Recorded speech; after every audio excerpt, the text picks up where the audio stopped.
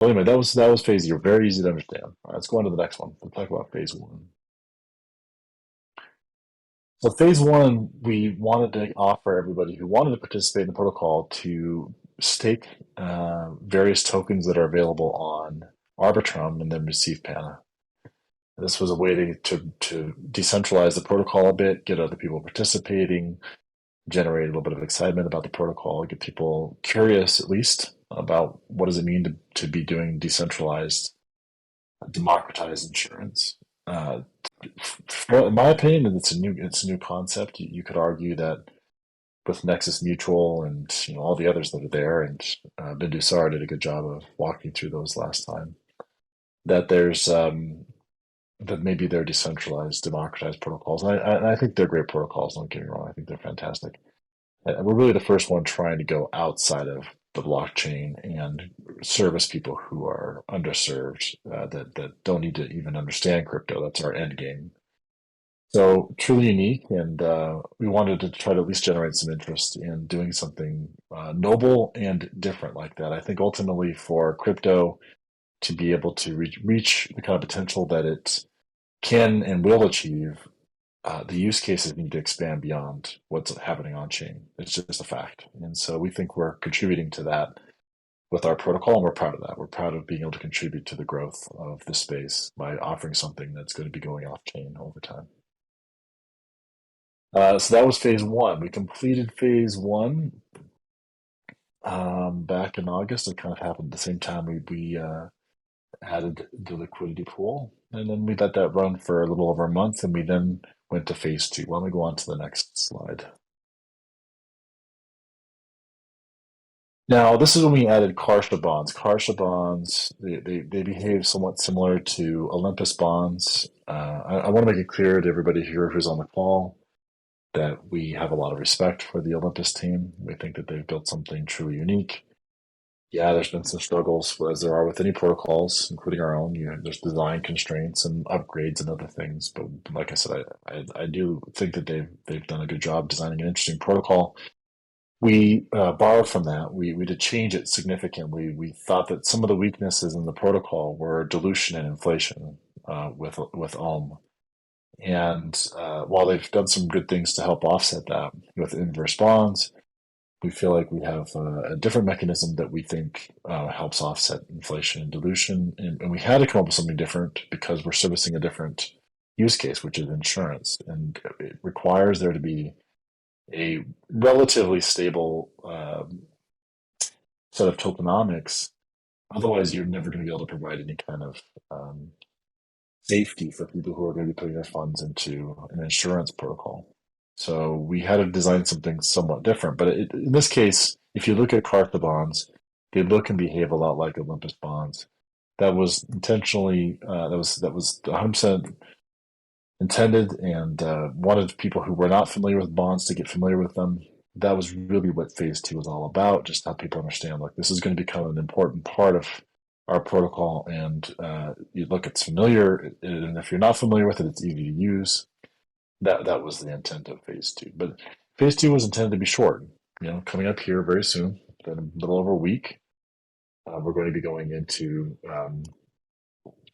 phase 3. Now, phase 3 is an important phase for us, right? I mean, it's on the 17th, so really a week from now. And a number of things happen. And for those of you who are on the call, we could have a smaller group joining today. If you could spread the word to friends and family and other folks who maybe are interested, have been participating, could make it, whatever it may be. We things change with phase 3, and I want everybody to feel like they're well informed, right? So let's go on to the next slide. There's a few slides here I created for phase 3, and this is why I want the deck to be published, on Discord, because uh, on the 17th, when we cut over for phase 3, this thing called the loss ratio. I called it LRO. I apologize. LRP. I need to change that typo. I'll do that.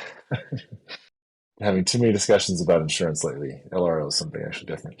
So the LRP, loss ratio peg. So that's why it's a P as opposed to an O. At least there's risk with LRO. So anyway, The LRP kicks in on the 17th, and when that happens, it actually starts to maintain. This is code in the system that starts to maintain liquidity in the liquidity pool. This was very important for us to be able to have liquidity in the pool for people who are exiting the protocol because of a parametric event. Keep in mind, we're going to be offering parametric insurance policies or assurance policies. People will be exiting the protocol as a result. They've got liabilities they need to cover. So we had to build something that would help with maintaining liquidity in the protocol. The loss ratio peg, again, I apologize for putting LRO. LRP covers that. It actually maintains um, a rough supply. Right now, it's pegged at 22.5% of the supply will be in the LP. Right now, ZX, where are we at right now with what's in the LP?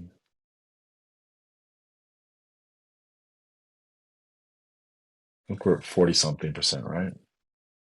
You mean like supply revenue?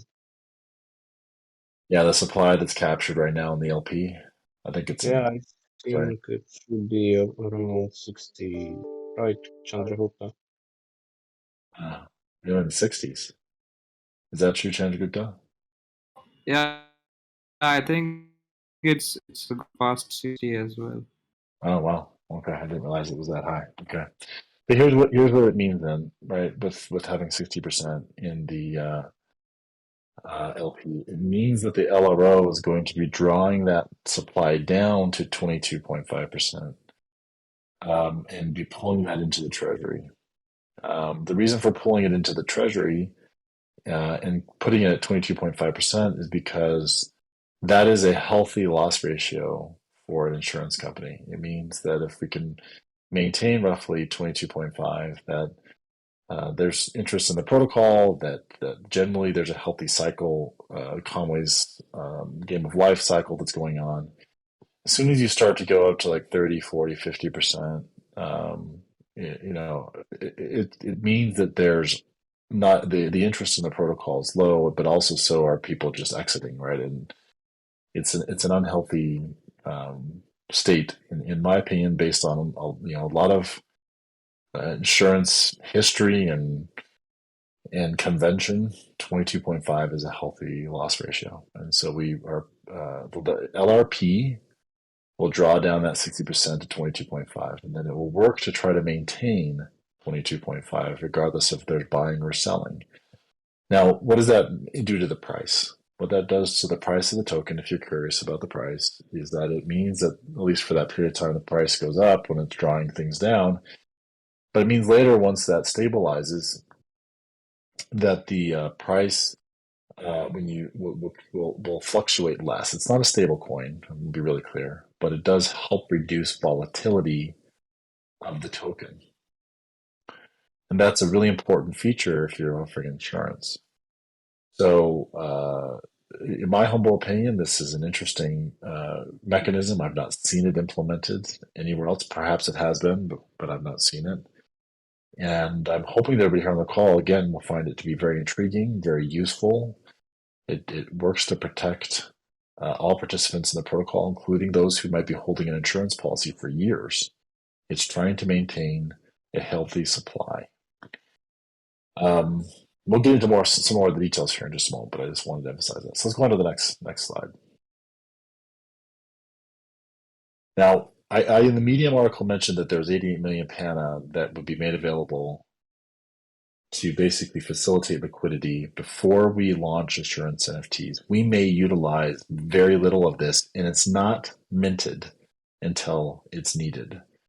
Meaning we're not just like minting 88 million and then sitting on it.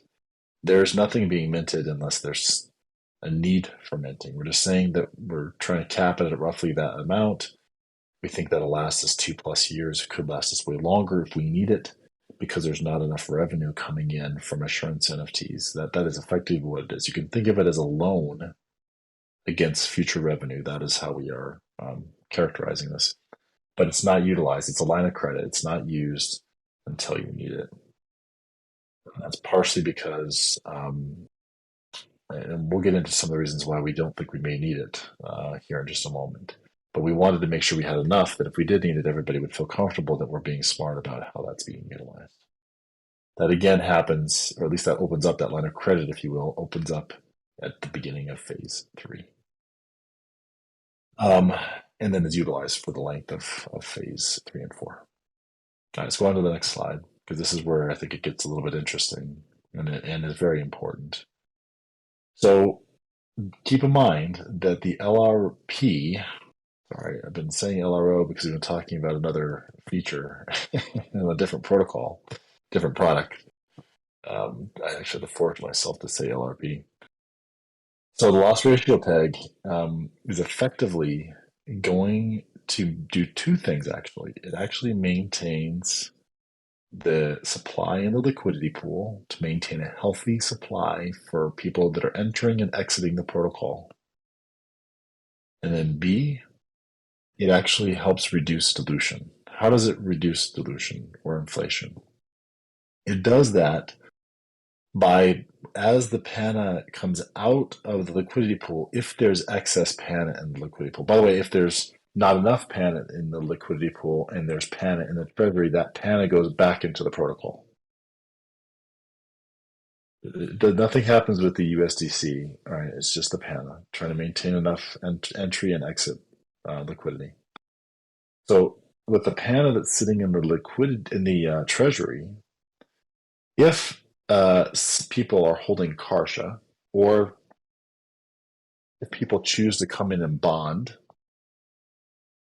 keep in mind at phase 3, the only way you can get into the protocol is through bonding or by buying PANA on the open market. So we expect most people are going to bond Karsha, right? When bonding Karsha happens, at that point, if there is PANA in the treasury, it pulls the PANA from the treasury to give that to the person that's holding the Karsha bond. And that is not a minting event. There is only minting that occurs when the PANA is exhausted from the treasury.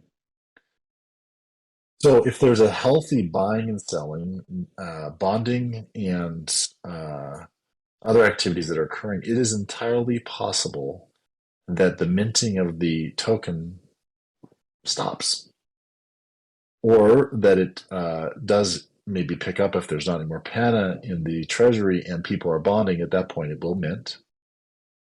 But there's a possibility here, we think a very strong possibility for us to eventually, especially once assurance NFTs are in place, for there to be a Conway's game of life where the cycle in and the cycle out of both Karsha and PANA are such that minting no longer occurs, or if it does, it's very minimal. So for those of you who are worried about what happened with Olympus and some of the other protocols that were forks, where there was massive dilution and inflation, well, the way we've built this was to introduce a stable mechanism that reduces or eliminates the problem of dilution and inflation. And the reason for this is if you're going to be buying an insurance policy, you don't want to have dilution and inflation be your enemy. You don't want it to be destroyed by everybody else who may be receiving that dilution and inflation. And that's why the LRP is working on your behalf to maintain liquidity in the liquidity pool. At the same time, it's using whatever it pulls out to then give that back as rewards for those who are bonding or for those who are going into assurance NFTs. It's a nice virtuous cycle. I like to compare it to EIP 1559 for Ethereum. We just don't burn the tokens. We just reuse the tokens if they're available. And if there's a lot of growth in the protocol, you're right. What will happen will be it will mint to be able to cover those people who are new entrants into the protocol, but not always, right? In a number of cases, like if they're buying from the open market, it will just add more USDC into the pool and have a positive impact on at least the price of the token, which may be benefiting a number of people who are looking at that in this particular case. Really important, guys. Really important. LRO starts phase 3, and that the then any kind of PANA that's given to Karsha holders or to assurance NFT holders when we launch assurance NFT holders comes from the treasury first, And only after that, when it is exhausted, it is minted. Keep in mind also that if there's a lot of there's the price of the token is increasing, usually that's because the supply is decreasing in the liquidity pool. The LRP is going to work hard to put, if it has PANA in the treasury, it's going to be putting some PANA back into the liquidity pool to try to maintain 22.5%. But if it runs out of PANA in the treasury at that point, then it won't be able to maintain the supply, and then the price of the token will go up. Likewise, if the price of the token is going down, it usually means that there's an excess supply. And if that's true, to be clear, that may not be true, but if that is true, then it will work hard to maintain 22.5 and bring some stability again to the token. Doesn't control price, it just is there to dampen volatility. Very important, though, that everybody understand that. So let's go on to the next slide.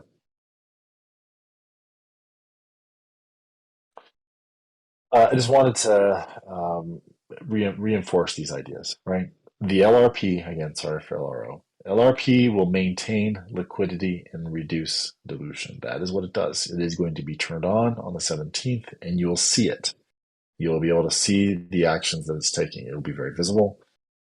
And I'm hoping that everybody here, and of course, anybody who's not here that's participating in the protocol, and again, I please ask that you share this with your friends and family. I think you will appreciate what that is doing. I think it's maintaining a healthy protocol. Two, the development team is not taking any compensation. There's no like hidden wallet with a bunch of PANA sitting out there just waiting to dump. Okay. Literally no comp, right? There's no compensation.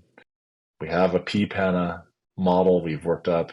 If the protocol takes off, wildly successful, then we'll choose at some point to maybe implement that. But for now, there are no plans for comp in this. We are just trying to build a protocol that will work. We're trying to build a protocol that will supply stability and then thus be able to provide insurance coverage to the underserved. That is our number one goal.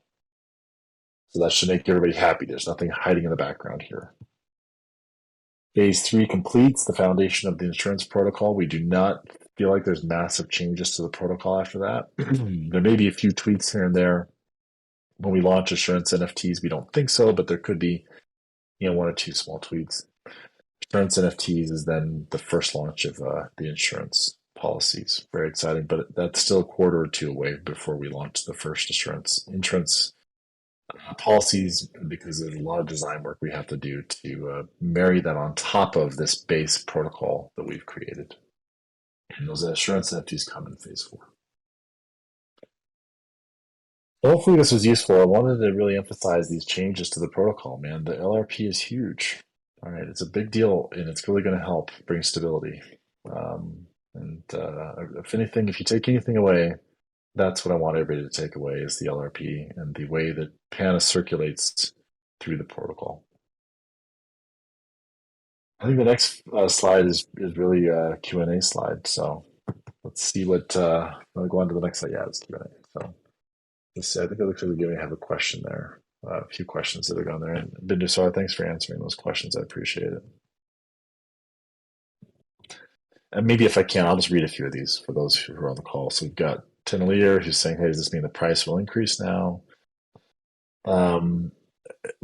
My prediction is that when the LRP is turned on, that will have a positive effect on the price. And that is not the intent. The intent is to dampen volatility. But if we're already at 60% supply in the liquidity pool, then the protocol is going to do whatever it can to try to get that down to 22.5. So that, by definition, should have a positive impact on the price. That is on the 17th when that gets turned on. Yes, the next question was, if you're not minting, does that mean you will use treasury assets for paying out bonds? Yes, that is what it means. That treasury assets are used to pay out bonds until those are exhausted, at which point minting occurs if necessary. This is a EIP one, our version of EIP 1559. We don't burn. what we do is we utilize what's in the treasury to take care of participants in the protocol before we choose to dilute or inflate further. It is us. It is us trying to take care of dilution and inflation in a way that is conservative, and we think everybody here will appreciate the care we're taking there to not inflate and dilute the protocol. No minting. I'm sorry. The next one is I apologize. Oh no, that was the last one, I guess, from 10. Yeah, sorry. And thank you, Bidasara, for answering them a little bit differently than I did, but they were the same kind of answer. So, yep, perfect. From the team, anybody have anything they want to add to what I added here? I know we've been kind of chatting a lot in the dev channel. Does anybody have anything they want to add that I may have missed?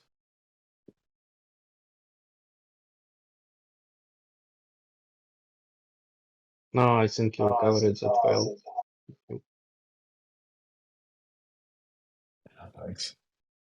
I know Holy Basil, Chandragupta, you guys had quite a few things to add. Did you want to add anything?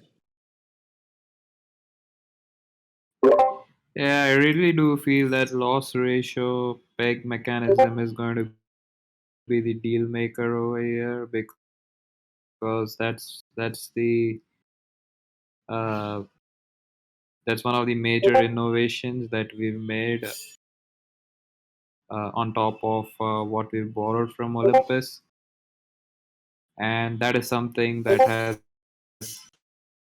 been never been done by any other protocol so far at least. So it would be interesting to see how that shapes up and how it works in direction it benefits community members equally. So it's And pretty interesting and quite a thing to watch out for. yeah, and just to add to that, right? I mean, I just want to build on what you were saying there. In the other protocols, Olympus Porks and Olympus itself, the treasury is used for different things. There's nothing wrong with that, right? A lot of smart people working on the Olympus team, as an example, and some of the other protocols. In our case, we felt like the treasury should be dedicated to the participants in the protocol. This is about the participants in the protocol. It's about what actions they take, what they do. It's their insurance policy, and everything built for that should be centered around their choice of what they want to do with the policy, not us. And so that's why the treasury, 100% of the treasury is dedicated to trying to support every participant in the protocol, regardless of how long they hold on to the insurance policy.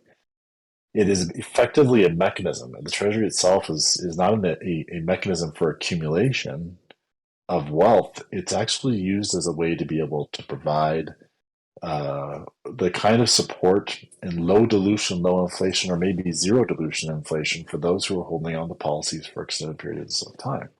And when there's a mass dumping event, and I say that because people when there's an insurance policy, they're going to have, and they need to cash out. That may happen because of a hurricane in Florida, for example, right? And people have liabilities to cover. The LRP is intended to help dampen that, bring things back into balance, and protect everybody else who's still holding on to an insurance policy. It's about the Treasury basically just being a mechanism to support the protocol participants, not an accumulation of wealth. That is a very different use of the Treasury than the other Olympus forks. This is why the dev team is not taking comp, right? So I'm excited about that. I do feel like this brings a unique twist, and one that I think, to be honest with you, offsets some of the challenges with the other forks out there in a way that I think is very positive and hopefully brings some real value to both people on chain and off chain.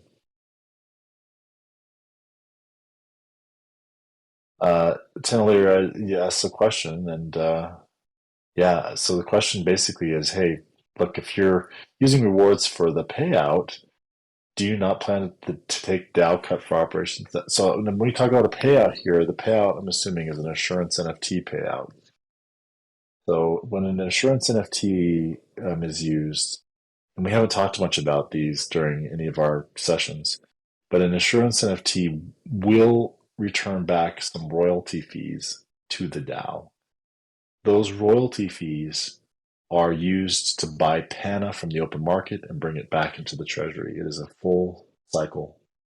So, yes, there will be some DAO cut, but the DAO cut is literally used to go buy Pana, put it into the treasury.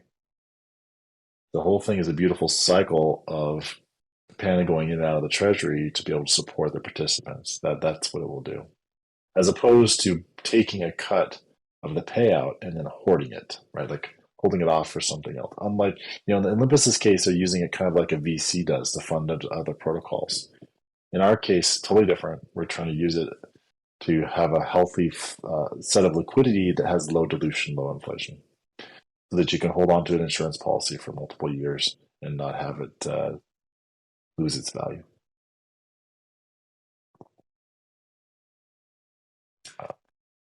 Andrew, I may have interrupted you just a little bit there. I just wanted to build on what you were saying. Do you have anything else you wanted to add?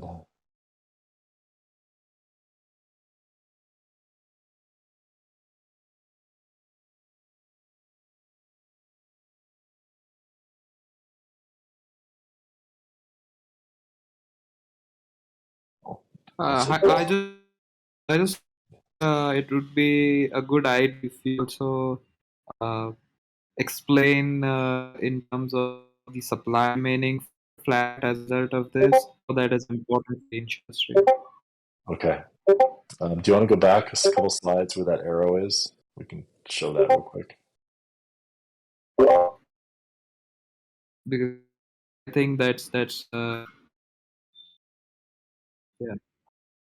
Yeah, if you want to go back to that slide where there's the arrow, you're breaking up just a little bit, so hopefully you can hear me okay. Yeah. If you want to go back to the one with the arrow, yeah, thanks.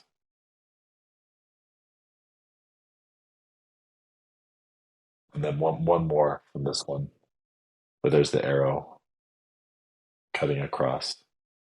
Yeah, that one there. Thank you. The point that Change Group is making here is an important one. Unlike EIP 1559, where if you were to look at it right now, the Zen crypto token is chewing up gas fees like crazy. EIP 155 is burning a bunch of ETH, and so it's deflationary. We are not designing this to be deflationary. We're not burning tokens.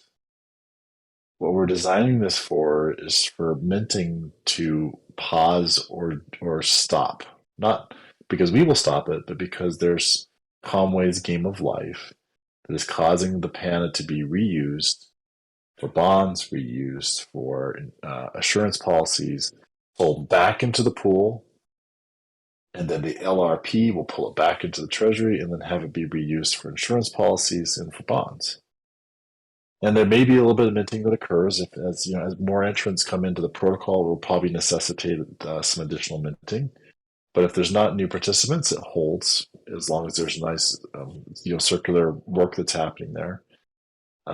So there's an entire possibility here that this thing becomes very scarce and that minting becomes something that happens very rarely, which preserves everybody's participation in the protocol and again your insurance policy. That's why you see a flat arrow here, not one that's going up and to the right, but one that's flat. In the case where there's no minting, because we're not burning the tokens, it doesn't go down. It's not deflationary like EIP 1559.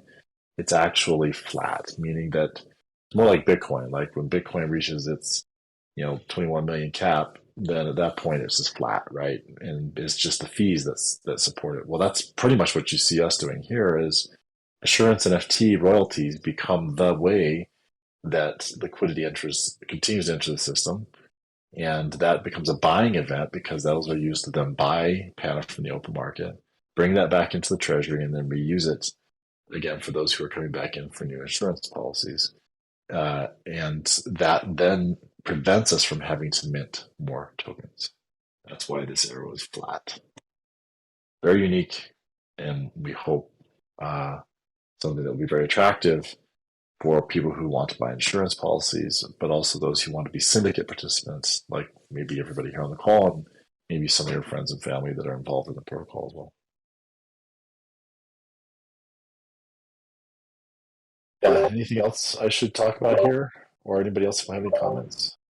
No, just one thing, Hakrika. I think you covered everything, but Yeah. we also need to mention that the rebase rewards are also not the inflation prone. So Yeah. Yeah. That's true as well. Thank you. I didn't mention that. Rebasing also is not an inflation dilution event unless there's no more pen in the treasury, at which point it will mint to cover that, and that's that 88 million there. It'll start to then draw from that line of credit, right? But it won't draw from that line of credit because none of that has been minted until it's needed. And as long as there's pen in the liquidity pool that is in excess of 22.5%, it will find its way into the treasury, and then the treasury will then be used to be able to handle the rebases. Again, that's a mechanism to prevent dilution and inflation. I'm hoping everybody here will appreciate that. Spread the word. This is a unique protocol. We're excited about it. We love it. We are dedicated to it. We have spent a year on this now almost, and we can continue to believe in it. We know it's a little bit complex, hard to understand maybe because it's new, but it's solid, and you've got a solid team here of people working on it. So please spread the word. We're proud of what we've done here. Anything else we should address?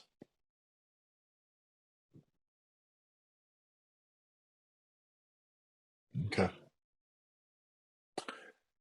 Well, I appreciate everybody's time. Please ask other questions in the Q&A channel, and we'll keep rolling. We've got a week away before phase 3, and then you'll see. By the way, you can watch the LRP at action. Go to Deck Screener, plug in PANA and USDC. You'll see the liquidity pool, and you'll see it in action.